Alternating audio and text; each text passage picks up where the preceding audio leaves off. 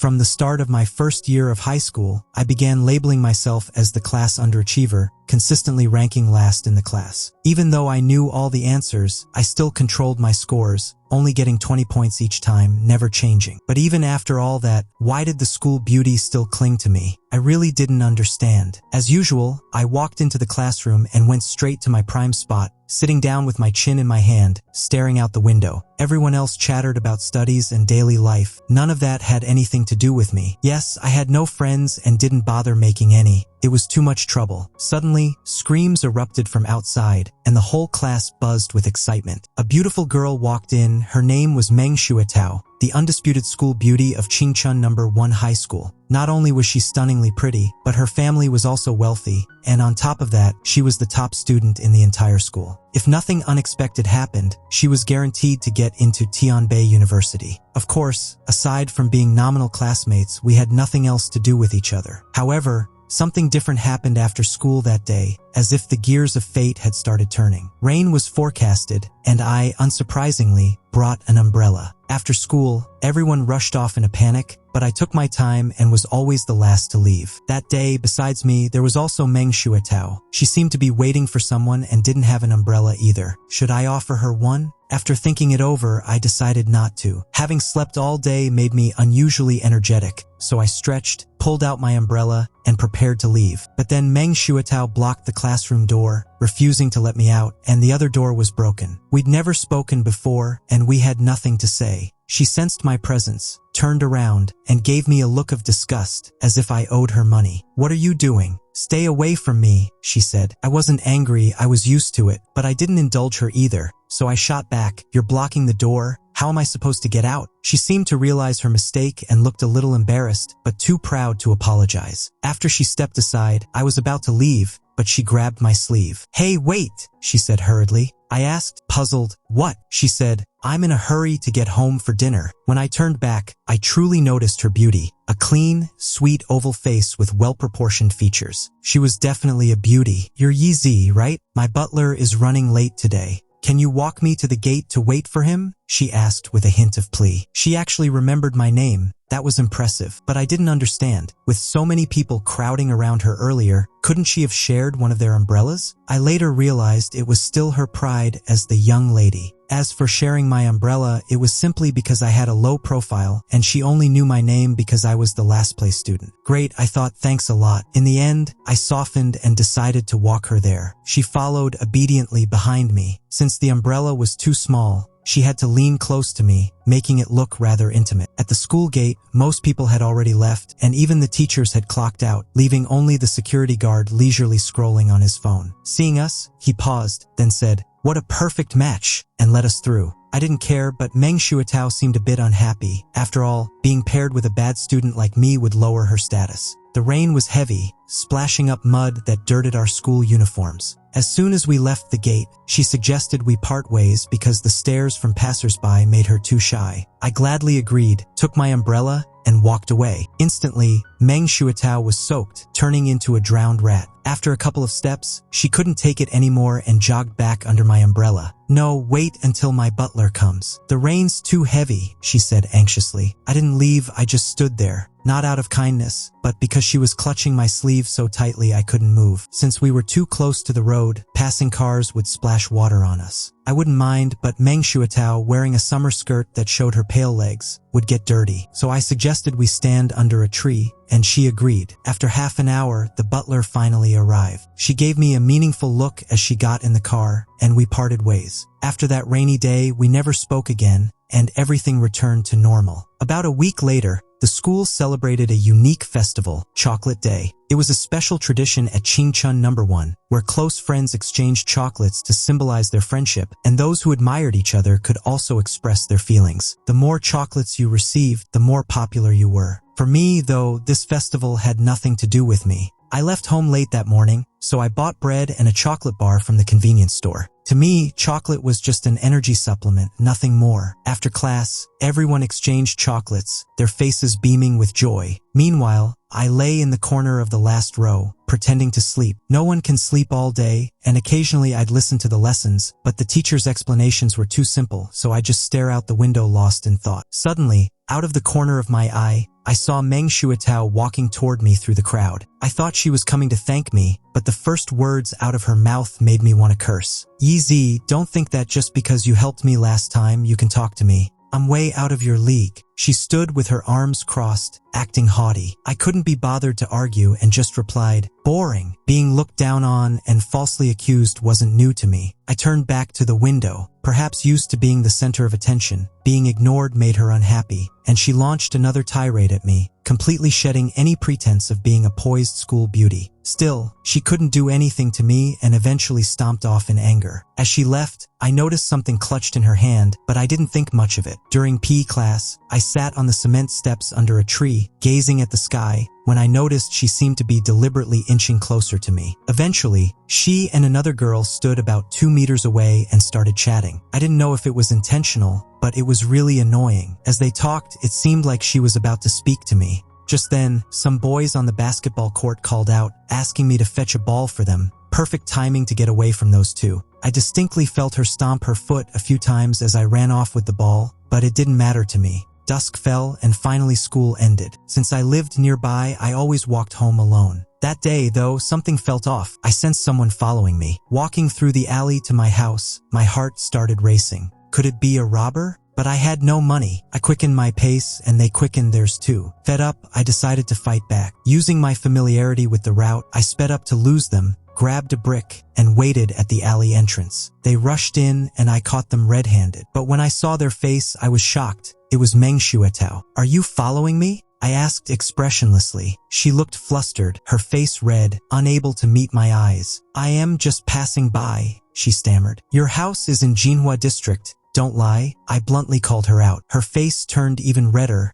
fidgeting and avoiding eye contact. Seeing her shy like that, my heart suddenly skipped a beat. I found her kinda cute, but my rational side told me something was definitely off. The silence between us was awkward. Finally, I broke it. If there's nothing, I'm leaving. I turned to go, but she grabbed my sleeve again, head bowed. I waited. It seemed she'd mustered all her courage. She raised her right hand, slowly opened her palm, revealing a Dove chocolate bar. Thank you for helping me. I'm not good at expressing myself, and sometimes I say the opposite of what I mean. I'm sorry, she said, gathering her courage. My eyes widened, so she really was here to thank me. I never expected this famous, beautiful school beauty to apologize, and to a bad student like me. So my feeling earlier was right. Meng Shuatao had tried several times to apologize but couldn't, and ended up following me. How simple-minded. I took the chocolate, accepting her apology. She kept her head down, too shy to look at me. Seizing the chance to tease her, I said, Meng Shuatao, look here. She instinctively looked up, and I pinched her little cheek, then shoved the chocolate I'd had in my pocket since morning into her mouth. She squealed in protest, but when she tasted the chocolate, her expression lit up. Yeezy, you jerk, she shouted, though not really angry. I cracked a rare smile. She was actually pretty cute. For her safety, I walked her back to the school gate before heading home. After chocolate day, our relationship did improve, but we still didn't talk much. She had her image to maintain and I had mine. The last semester of sophomore year ended and summer vacation was finally here. For most high schoolers, summer was paradise, but for me, not so much. My parents were abroad, leaving me alone. Lately, they were a bit short on money, so I had to earn my own living. I browsed part-time jobs on my phone and stumbled upon an unusual one, helping a student check mistakes in exercises, preferably from science majors. Suited me, so I decided to try. The location was in Jinhua District's luxury villa community. I rode my old bike and searched for a while before finding the place, greeted by a butler. It looked like a rich family's daughter. No wonder the pay was so high. Good thing I was early, otherwise plenty of people would have snatched it. Inside the splendid villa, every detail screamed wealth. The butler told me to wait because the young lady wasn't up yet. I checked the time,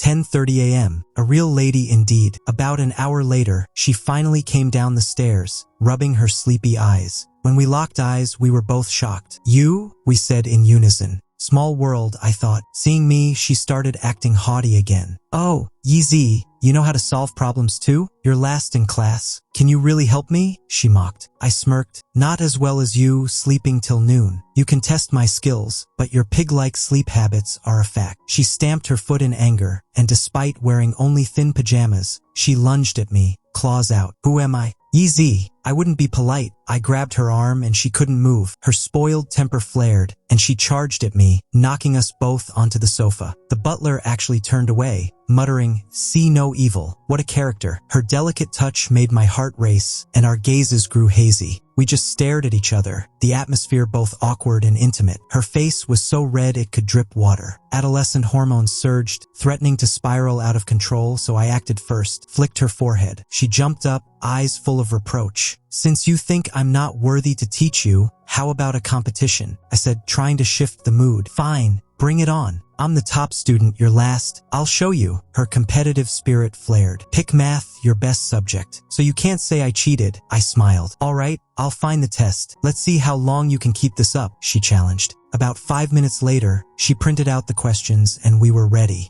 We sat 2 meters apart, fair play. I planned to control my score again, but since she was a tough opponent, I aimed for 100. I finished the 100-point paper in under an hour, my pen scratching fast. She was fast too, just 5 minutes behind me. "Humph, speed doesn't mean accuracy, scores are what matter," she pouted. To make her accept defeat, I let her check my paper first. She scored 99. She tilted her head defiantly. "Yeezy, your turn. You can't beat me." I asked the butler to check mine, remaining calm. When he finished, his face was full of disbelief. Meng Shuatao snatched the paper, full of red check marks, and her eyes went wide. "A perfect 100. She slumped to the floor, muttering impossible, looking utterly defeated. "Now, do I qualify to teach you?" I smiled. Her cheeks flushed, and she mumbled, "Whatever you want." Thus began the summer tutoring. Meng Shuatao was definitely up to something. She insisted I move into her villa. At first, I agreed for the free food and good housing, but it was her trap. No washing machine, no kitchen, and worst of all, the bathroom was off limits until night. I protested, but she offered too much. Staring at my WeChat balance of just 20 yuan, I caved. Her villa was huge. Even the worst room was twice the size of mine. After I settled in, she barged in wearing pink pajamas, looking adorable. "Yeezy, come do problems with me. You're my personal study buddy now," she declared with a rich girl attitude. "Don't be so bossy. I'm not your servant," I sighed. She was probably getting back at me for the competition, so she was rude. "Humph, come or I'll throw your stuff out," she snorted. I couldn't take it. Even short on cash, I wouldn't let her control me. In a bold move, I stepped forward and pinned her to the wall. A classic Cabotin. Caught off guard, her jewel-like eyes filled with fear, her chest heaving. Seeing her shaken, I stepped back and said, "Let's go study." She slumped to the floor, all her arrogance gone. After that, she became quiet and obedient, mission accomplished. Our study sessions went smoothly. I had to admit, she was a quick learner. Night fell quiet and still. After a long day, I was exhausted and wanted to sleep, but I tossed and turned. At some point, I heard a creak, oddly loud in the silence. The door slowly opened, and a dark figure appeared. Under the moonlight, the figure grew clearer, a girl in a white dress. My heart clenched. It was Meng Shuatao. Was she sleepwalking? She crept closer, then slowly leaned onto me, collapsing onto the bed. I didn't dare move, cold sweat running down my back. She threw her long legs over me, her face pressed against my shoulder, and I could clearly hear her breathing. I was trapped. After several failed attempts to escape, I gave up. Whatever, it wasn't my fault. I had to admit, being held by a girl wasn't bad, though for me it was fine. In the morning, she nearly lost it, screaming and smacking me with pillows. After I explained, she was stunned, refusing to believe she sleepwalked. But the hallway security footage confirmed it. She had entered my room. Speechless, she blushed in the corner. I secretly enjoyed seeing her flustered. We grew closer. Several times, she saw me in the hallway during late-night bathroom trips and didn't even shy away. I was dumbfounded. At least respect me as a guy. I had to avoid her instead. Her sleepwalking persisted. She'd sneak into my room every night. I didn't dare do anything, 3 years minimum if caught, but it was torture. Slowly, I noticed her attitude toward me change. No more disdain, no more restrictions. I even cooked for her a few times, and her eyes showed a hint of dependence. Though I knew we were impossible, I developed feelings too. The busy summer ended. A high schooler, had made 10,000 yuan, something dishwashing could never match. When she handed me that stack of bills, I was overjoyed. Money felt great. With tuition covered, the rest could last the semester. Back in our senior year, everyone geared up for the final sprint. I stayed last in class, hoping to coast through. But Meng Shuatao ruined my plan. a math competition came up. As the top math student, she naturally led a team of 3, and she deliberately picked me. Amid everyone's objections, she stood firm. I choose him. What a pain. Why do this? I just wanted to be a slacker. But seeing her determined expression, I softened. Fine, I'll reveal myself. On the competition day, she pulled me aside and slipped me some money as thanks. Not that I needed it, but I accepted. Unsurprisingly, we won first place with 295 points, both scoring perfect 100s. Afterwards, students from other classes reported us for cheating. How could a last-place student get full marks? To silence them, I did a college entrance exam set in front of the math teachers and aced it too. The whole school was shaken. A math genius in Senior 3 Class 1. Teachers and students started paying attention to me, including girls who used to scorn me. Most would love this, but for me it was a nightmare. To escape the spotlight, I decided to take a leave and study at home. I took all my books with me, and some thought I wouldn't return. At home, I studied intensely, confident I could get into a good school. Then Meng Shuatao showed up, looking guilty, thinking her actions drove me away. Well, partly true. Yi, I'm sorry. Please come back, she said at my door, almost crying. I smiled and reassured her. It's not your fault. I'm just socially anxious. I need some peace. Whose peace? She asked, so adorably innocent. I invited her in. To break the awkward silence, I cooked 4 dishes with her money, and she loved them. After coaxing her to leave, I thought I'd have my peace. But she came back the next day and also took a long leave. Worse, she insisted on moving in with me. That was too dangerous, so I refused. But she persisted, so I compromised by going to her villa instead. With summer experience, it went smoothly, and she paid me another 10,000 yuan. I gladly accepted, not for the money, of course. Rumors about us spread wildly at school, even claiming I'd been married into the Meng family. Though I didn't hate the gossip, it was ridiculous. A month later, we returned to school.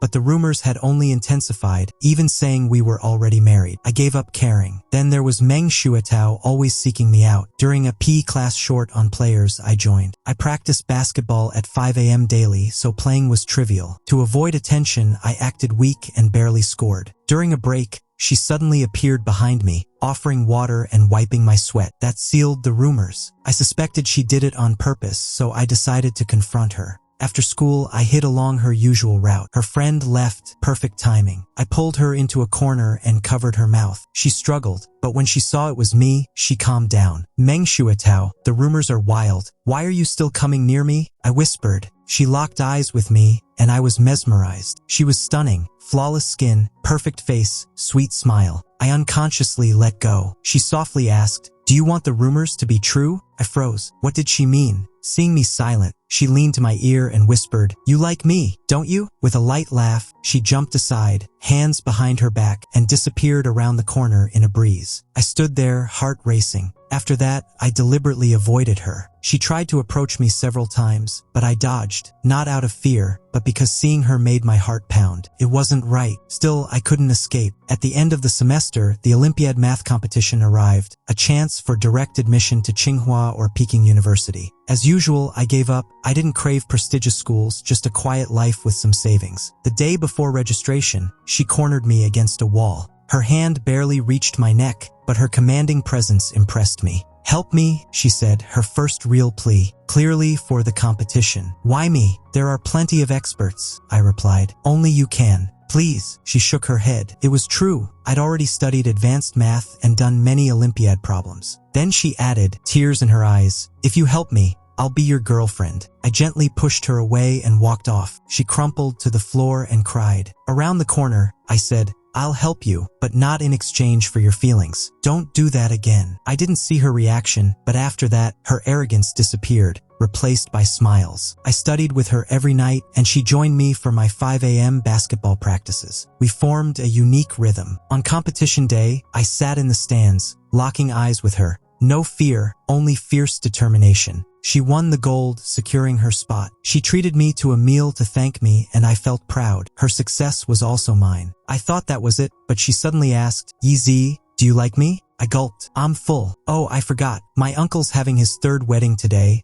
I need to be a groomsman." Bye. I made up a ridiculous excuse and fled, hearing her laughter behind me. She got me again. Time flew and graduation neared. 3 years passed like a blink. I'd played the underachiever for 3 years, and now it was over. Before the college entrance exam, everyone was excited, some venting, others confessing. Most failed, but it didn't matter. That's high school, that's youth. That day, Meng Shuatao called me to the gazebo outside the library. She gazed at me with such intensity one thought my heart would leap out. Yi Zi, actually. I gulped again. I'm just kidding. You didn't think I'd confess, did you? She burst out laughing. I froze, then, unexpectedly, blurted out, I like you. Her smile vanished, as if she misheard. I repeated, I like you. This time she heard, her face flushed to the ears, her body burning. The silence was deafening. I thought she didn't reciprocate and turned to leave, disappointment on my face. But after one step, I felt warmth around my waist. She'd wrapped her arms around me, her tears soaking my shirt. Yi Zi, you idiot, why didn't you say so sooner? She scolded. I smiled, took her hand, and the wall between us finally crumbled. Unsurprisingly, I scored 721 on the college entrance exam, getting into Tsinghua. Funnily, we both had our acceptance letters sent to the same address, signing for them together. High school ended perfectly, but our youth was far from over. It was just beginning.